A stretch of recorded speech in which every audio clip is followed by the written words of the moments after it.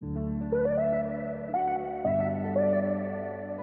guys, Claire here from the Kitschy Kitchen, and today I'm going to share with you one of my absolute favorite recipes, breakfast bruschetta. We all know what a classic bruschetta is, and what I'm adding here are Eggland's best eggs, so it's adding a lot of great protein, delicious flavor, and it's really taking this classic appetizer and making it a meal. In a medium bowl, combine 1 large heirloom tomato diced, 1 garlic clove minced,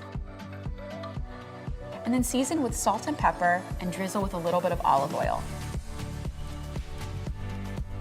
Set this aside for 15 minutes to let everything marinate. Meanwhile, toast 2 slices of baguette until just crisp. In a bowl, I'm adding 4 of Eggland's best eggs with 1 teaspoon of water and whisking it well. The little bit of water makes the eggs really fluffy and allows it to be super custardy as well.